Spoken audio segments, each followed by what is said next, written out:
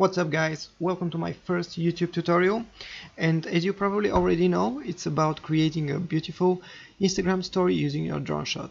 It's a very easy one, but people still keep asking me how I'm doing this behind the scenes videos using my drone shots, so this tutorial will be all about it.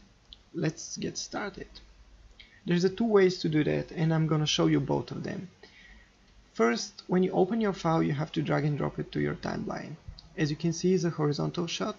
I'm always shooting my drone videos horizontally in 4K, and the reason for that is that I'm not gonna use this video only for my Insta story, but I'm also gonna use them for my YouTube channel or for other projects. So it's better to have them horizontally in 4K and then this file to be cropped for the Insta story. So from here, all you have to do is go to sequence settings, and from editing mode go to custom. From here you have to change only the frame size, which should be 1080 by 1920. That's it guys, you're done. That's one way to do it, and let me show you the other way, which I think it's a better way, because we will create a custom sequence which we can use every time we want to create a story. The way you create a new custom sequence is click Ctrl N, and from these presets I usually choose this one. Go to settings, you see the same window. All you have to do is again just change this frame size to 1080 by 1920, but here we have to name it. I'll name it Insta Story.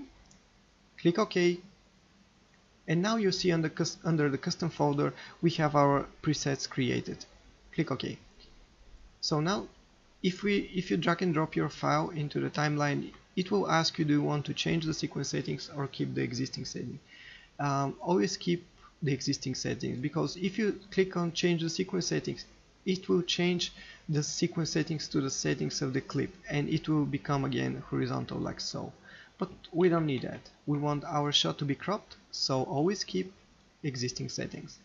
That's it guys.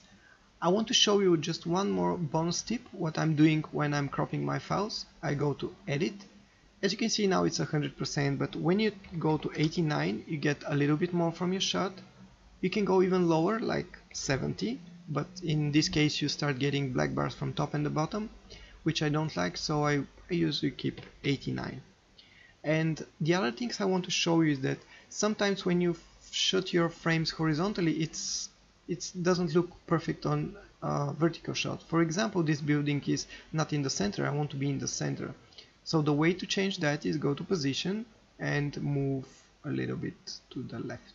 Okay, and now you can play it and you can see it's in the center. That's it guys, it's very easy. That's my way I'm doing it. If you know easiest way, just let me know in the comments below. I would love to learn it. If you like that video, please give it a thumbs up and hit that follow button. And also if you are in drone photography, you can follow my Instagram account. You can see a lot of shots from Sofia. This is the city where I live, and also other places in Bulgaria. I will leave a link in the descriptions below. So yeah, that's it guys. Thanks for watching and see you next time.